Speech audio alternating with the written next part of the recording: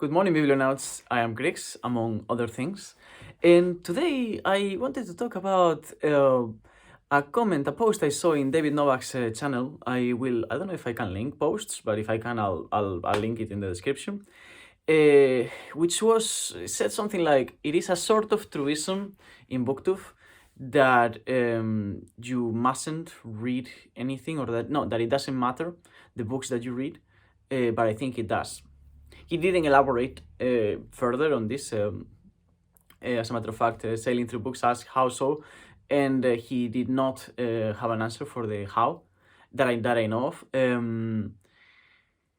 Yeah, I think it's a interesting topic, definitely polemic, especially if you are going to argue that it does matter, and that there's such a thing as books that you must read, and things such as books that you must maybe not read, because kind of like one thing follows the other.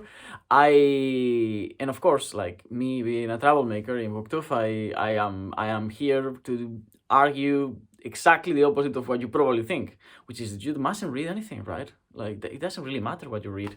You should read whatever the wind blows, whatever you feel like reading, right?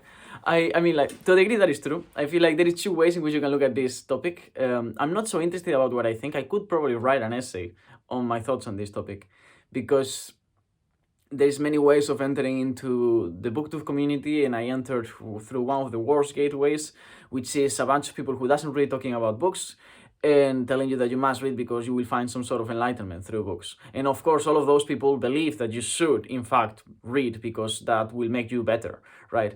Of course, I'm not here to argue that for that, but I'm here to present kind of like different arguments and see what I'm not saying here, and more than anything, trying to maybe bring back alive this topic, give some air to the fire, more fuel, because I think it could be an interesting argument. I'm on purpose trying to keep the shadow aligned with my face, because I think it's really cool.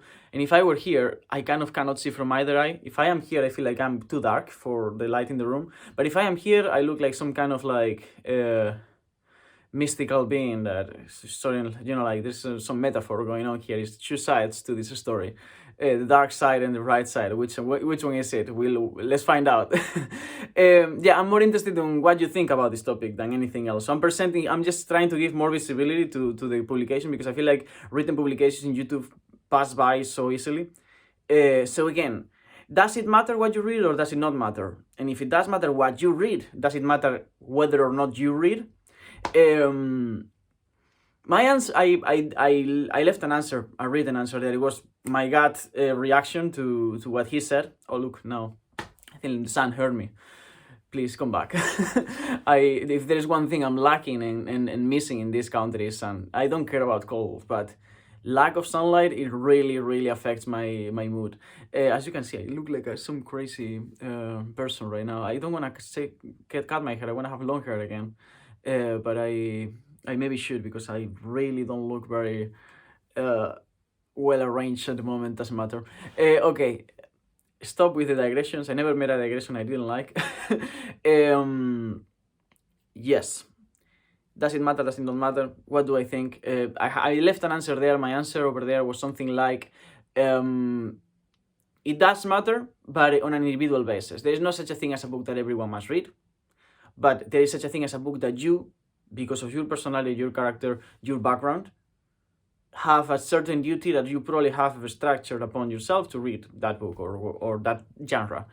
I think that is probably my final view on this topic. But first, let's try to improvise a few arguments on every direction. The argument you mustn't read, right, is probably the most intuitive in booktube, not in the non-reader community, but in booktube, among people who reads. That's the one that makes more sense. Like, why? But if I am only alive for so long, why would I be reading something I don't want to read? I'm reading for fun, just like some people watch movies for fun. Some people, God forbid, runs for fun, right?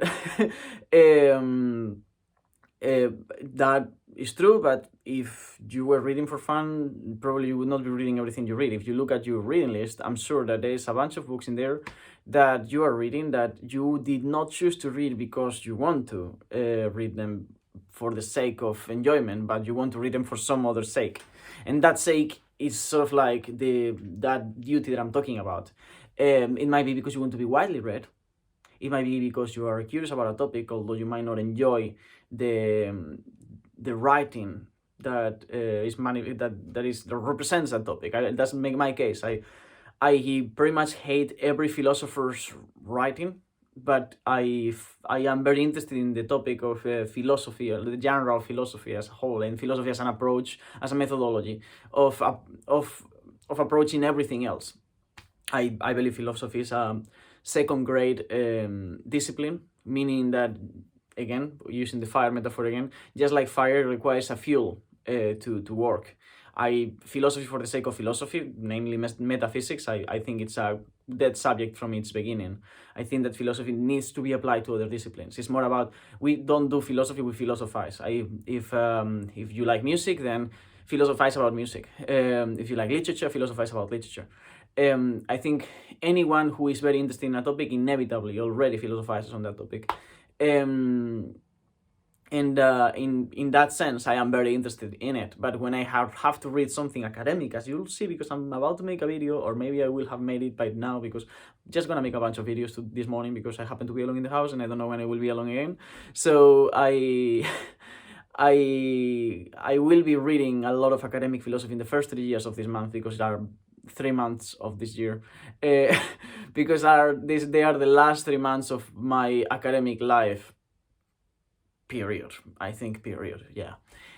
Once I am done with this, I am done with everything. Which means that there are certain elephants in the room that I kind of haven't read or haven't read to my satisfaction, that I will have to tackle again. And of course, since now I have this kind of thing with you through this screen, I might as well talk about it here. So I'm gonna read a Phenomenology of Spirit, yeah, again, but at this time I'll probably make a read along.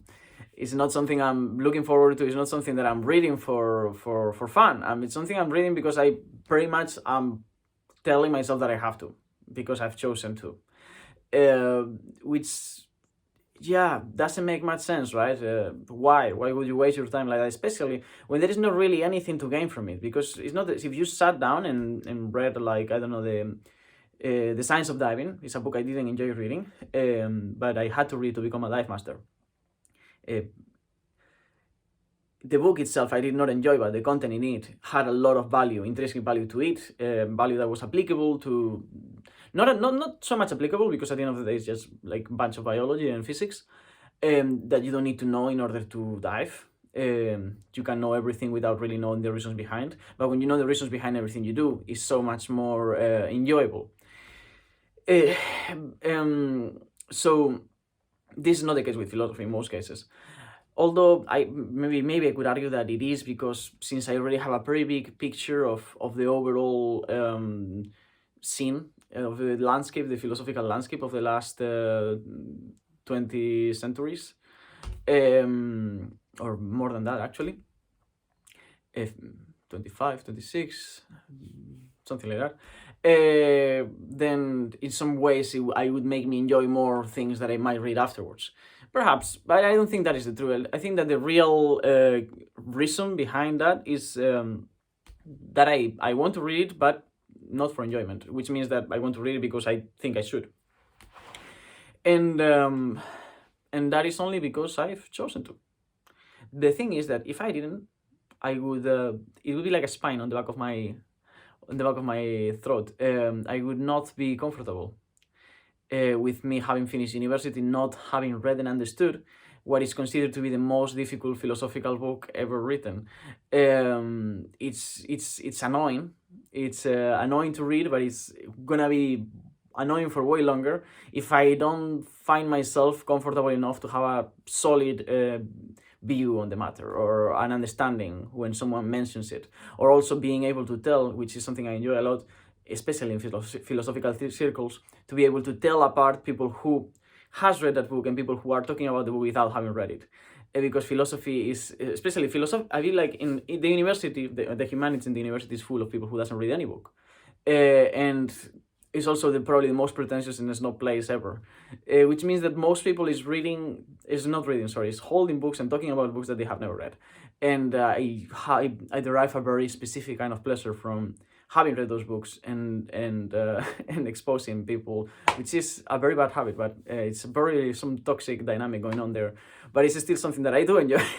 But yeah, those are the reasons why I'm reading a book that I don't want to read, that I will not enjoy reading. And that is also like kind of an example for the argument that I gave to the post. However, if you don't have such a duty, what I think should be stated, which I think it should be obvious, right? But just in case, let's say that before I continue with this video rambling and I forget to say the most obvious. If there is such a thing as books that it matters whether or not you read them, and books that you should read, or genres that you should be reading, if it does matter, if there is a should behind the whole thing, it's not determined by anyone else but you. I think that is so obvious that it doesn't really even require for me to develop an argument on it. If someone is telling you that you should read a book and you are not 12 in school, and they don't know you and they are telling you this because they know that you will love it, then they're just saying it's bullshit. It's just forget about it. There's no such a thing as books that you should read, period, as a human or anything like that. It is true that there are things that as a person living in the world and affecting the world as you pass through, there are things that is good to know, but books are only one of the many ways in which you can know those things. It's another truism in the, especially it's sort of like in the academic life and in the humanities, and pretty much, I mean, like, I think it's generalized, is that we have a duty to be well read, because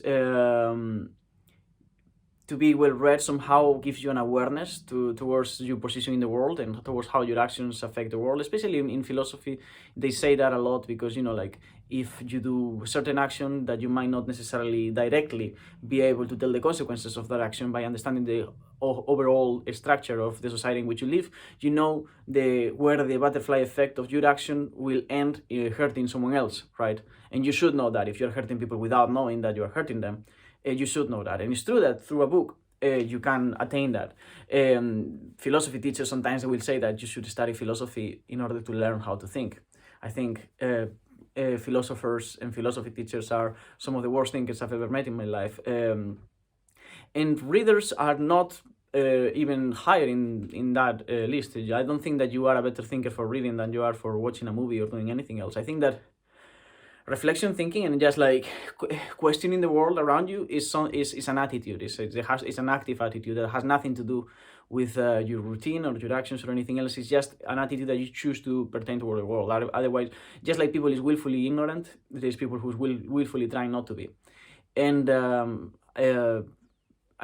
of course, one of the reasons to have that attitude and towards the world is curiosity, right? I always say that I am very curious.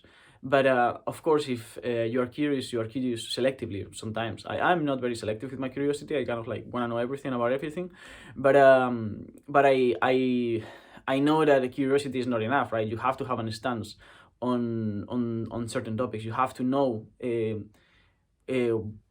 about the foundations of the house in which you are standing, if those foundations are dogmatic or not, on a more metaphorical sense.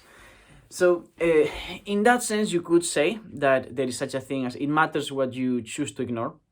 But I feel like the confusion there is to confuse reading and knowing, right? You might come to learn about the American Civil War by reading The Killer Angels, or you might come to know about the injustices in capitalism by reading Marx. but you might as well come to know and understand way more those two things by just living in a society and having a job and through direct interaction with that world, make your own conclusions about it. So I just think that that's sort of like overall generalized one book fits all philosophy of you must or you should read, or it matters what you read, is bullshit. I think it doesn't make any sense, because again, what a person is saying when they say that is, it matters what you know, it matters what you, and I think books, knowledge is already like a very foggy topic, but or word, but let's say, information is only one of the things that a book has to provide, and it's probably the one thing that is least intrinsic to the book itself. If you are going to a book to acquire information, you are outdated already, because there is way better and faster ways to obtain information. And if you are saying that a certain book will give you some sort of moral stance over other people because you will learn through that book, then I'd say that you can, if it's only information that you're trying to get from that book, then you can get that from anywhere else. If it's experience, because books are an experience, because you can erect a whole world and kind of live through it in a way that is very different from any other art. That is true, but I know gamers who will say the same about video games, and I would certainly say the same about just living out there in the world. So it also doesn't apply. And in most cases, when someone wants to give you some sort of like sense of duty about anything, more than anything, they are trying to, like, they're just trying to make you buy their own narrative there, because their mind kind of like is can see through this lens but cannot see from any other, and therefore they think that the only way to get to the top of the mountain is through here. But as Annie Dillard says in her book on writing, we all get to the top of the mountain, we just use different pathways to get there, which is not a great metaphor, but yeah, that's all I have to to give you. So yeah, I mean, I guess that in that sense, in a general sense, of course, you didn't need me to tell you this probably, but you should not read anything, just like you shouldn't do anything other than the things that you sort of like have a. It's very existentialist if you think about it, because it's in the sense of like there is no essences. There's just existentiality. It's just like in ethics, for example. Simone de Beauvoir, in a really cool essay called Pyrrhus and Cineas, explains how moral duty to do anything is something that you purport upon yourself. Purport, I don't know if that's a word. You make yourself have. It's something that you birth yourself. You conceive in the moment you conceive that moral duty. In what she was arguing for is she was arguing, for example, on like this argument against solidarity, which is something like, why do you care about people dying in in this case Palestine? She was saying Turkey, I think, in her book, when you could care about your own family, right? Which is not very different from the infamous Peterson's argument of like clean your room before you clean the world, or something like that, which is again more bullshit. And Beauvoir, I like the way she explains it, because obviously as an existentialist, I like her writings on existentialism way more than Sartre's. And she just basically says that in the moment you choose to care about something, you care. That's it.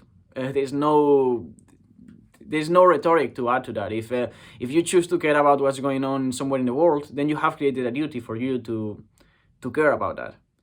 And if you choose not to care, if you break your moral duty with people around you from day one, for whatever reason, it might be because they earned it, it might be because you have emancipated yourself in not only spatially but emotionally and existentially from your familiar nuclei, from whatever reason again, then you have lost that sense of duty. There is nothing that you should really do. We create those sense of like things that matter and things that don't matter as a society, in order to be cohesive and be able to live communally. We have to agree on certain things that do matter. But in reality, when it comes to an individual basis, and when it comes to duties that no one is really forcing you to do by the law, it really doesn't matter. It really is up to you to care or not. And I think that counter argument that she gives to that people that sort of like defend some sort of like individualism, closed circle, kind of caring approach, and she's sort of like with her ethics saying that if you choose to care about what is going on in Palestine or whatever, or in the next neighborhood rather than in this neighborhood, then that's what you care about, and that's it. Like there's no, you just chose to care about that. Now you have a duty. Now you have created a tie, an attachment, and you should act accordingly. I don't know if you see the parallel here, but if you don't, I'll say it. Books, with books for me is the same thing. It's more like you shouldn't read anything, but if you choose to read the Western canon, if you want to read the Western canon because you feel like you should be widely read, then you should, because you chose to. You have created a duty. If you really feel like you should, then you will feel like you should. And if you don't do it, you will be unhappy, or at least unhappy about that specific topic. So you should. But if you feel like, why would I don't feel like I need to, it's none of my business, then you shouldn't. Then just go about with your own life. I mean, I think it's very simple when you put it this way, but somehow I feel like most people doesn't really get it. Most people either it feels resentful for not having done a certain thing, for not having read a certain book, or they feel like they should, or yeah, I mean, like, you know. I guess that's all I had to say. I don't know that there are more answers to this. There's either you don't have any duty, which, like, of course you don't need to read. 8 billion humans show you. You have billions of humans as an example of how you can live a whole life without reading a book. And you can always follow that example whenever you feel like it. If you feel like you should, you can, but also the real reason is because you want. The want precedes the should in that sense. I guess. Although I don't think that the sense of moral duty or the sense of duty of any case or in any for whatever reason is very different from. No, I don't think that it is the same as the desire to do that thing. It reminds me of there is these two essays on religion. One for and one against religion. One was from William. I should have taken it. One was from William. I don't remember. One is The Will to Believe. That's the name of the essay. I don't remember the names of the authors. I know they are both called William, but I don't know the names of the authors. One was The Will to Believe, and the other was the problem of belief, the ethics of belief. Ethics of belief and the will to believe, I think. And the one who was arguing against religious belief in this case was arguing that you should imagine, for example, you are on a boat and you are driving the boat, the piloting on the helm, and then the boat sinks. And it sinks because when you left the shore, you thought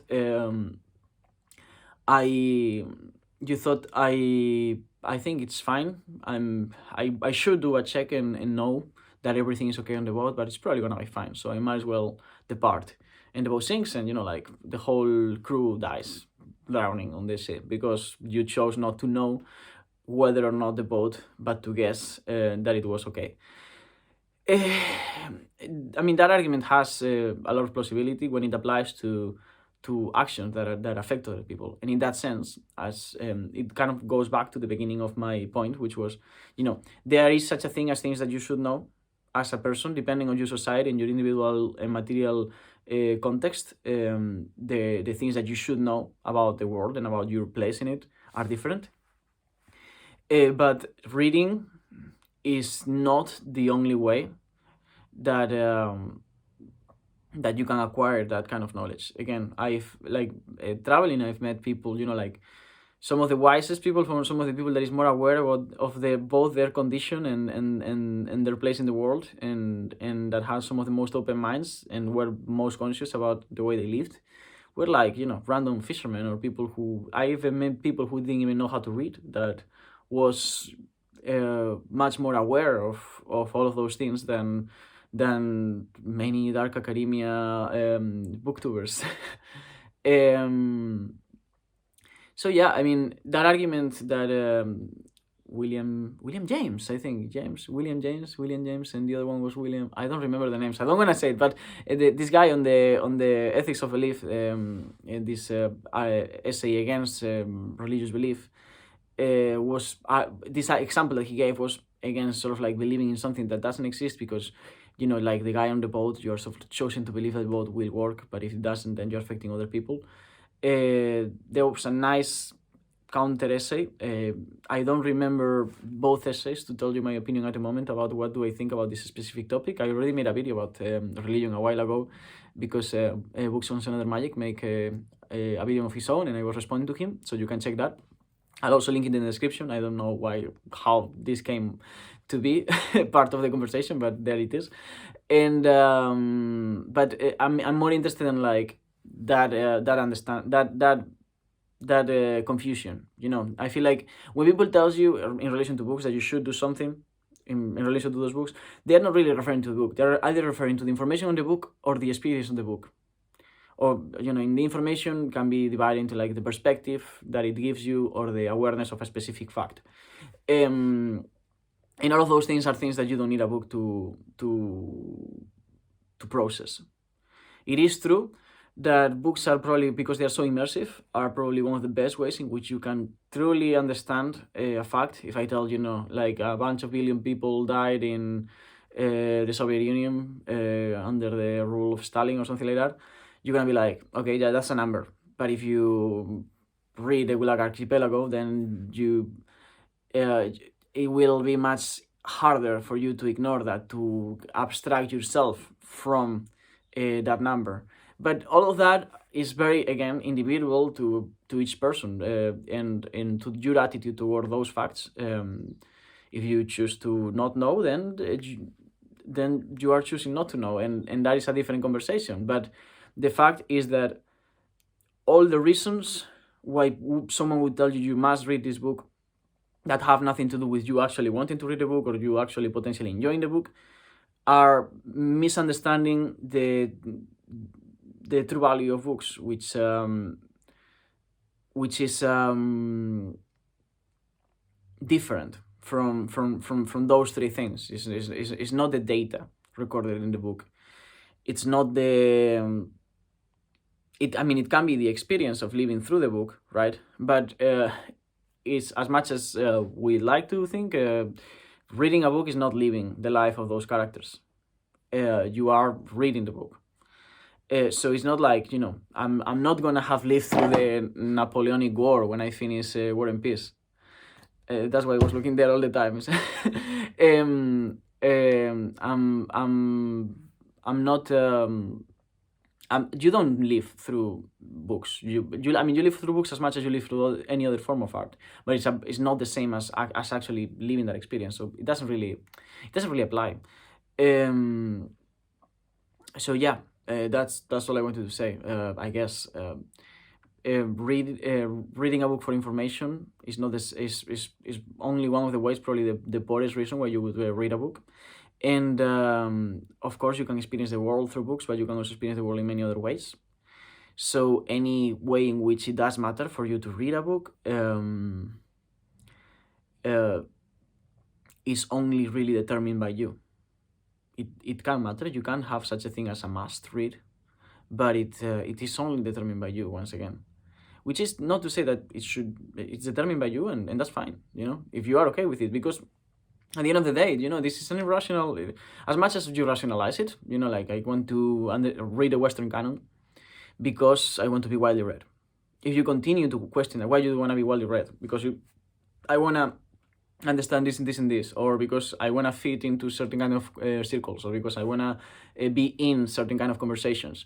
At the end of the day, the last answer to the last question that you will sort of like present is maybe not irrational, but again, completely individual to you. So yes, of course you must read.